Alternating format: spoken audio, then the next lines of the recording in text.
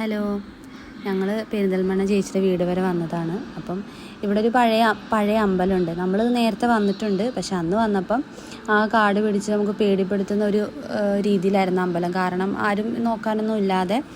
ഇപ്പോഴാണ് ചേച്ചി പറഞ്ഞത് അമ്പലമൊക്കെ വൃത്തിയാക്കിയിട്ടുണ്ടെന്ന്. അങ്ങനെ നമ്മൾ ഒരു ഷോർട്ട് കട്ട് വഴി പോയി അമ്പലം കാണാമെന്ന് പറഞ്ഞിട്ട് അവിടെ ചെന്നപ്പോൾ തന്നെ നമ്മൾ ആകെ ഇതായിട്ടോ. കാരണം അത്ര വൃത്തിയായിട്ടുണ്ട്. അവിടുത്തെ നാട്ടുകാരെല്ലാവരും കൂടെ കൂടി അമ്പലം അത്ര വൃത്തിയാക്കി. അമ്പലത്തിൻ്റെ പരിസരങ്ങളും എല്ലാം വൃത്തിയാക്കി. ഇപ്പോൾ സപ്താഹമൊക്കെ കഴിഞ്ഞ് നിൽക്കുകയാണ് ഇവിടെ. എന്നും രാവിലെയാണ് പൂജാകർമ്മങ്ങളൊക്കെ, വൈകുന്നേരം വിളക്ക് കത്തിക്കുക മാത്രമേ ഉള്ളൂ. പിന്നെ അതുപോലെ അമ്പലക്കുളം കണ്ടില്ലേ, ഈ അമ്പലക്കുളമൊക്കെ അന്ന് വന്നപ്പം ആകെ ഇടിഞ്ഞു പൊളിഞ്ഞ് അങ്ങനെ ഒരു ഭയങ്കര ഒരു ശോകാവസ്ഥ കിടക്കുമായിരുന്നു. ഇപ്പോൾ അതെല്ലാം വൃത്തിയാക്കി, തിണ്ടൊക്കെ കെട്ടി എല്ലാം വളരെ വൃത്തിയാക്കി. പിന്നെ ഇവിടുത്തെ പ്രതിഷ്ഠ എന്ന് പറയുന്നത് ബലരാമനാട്ടോ. കേരളത്തിലെ എണ്ണപ്പെട്ട ഒരു അമ്പലങ്ങളിലൊന്നാണ് ബലരാമൻ്റെ അമ്പലം, അതിലൊന്നാണിത്.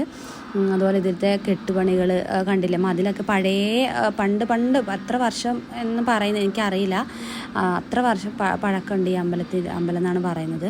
അമ്പലം നിൽക്കുന്ന സ്ഥലം എന്ന് പറഞ്ഞാൽ പെരിന്തൽമണ്ണ ആക്കുപറമ്പ് ബലദേവപുരം എന്ന സ്ഥലത്താണ്.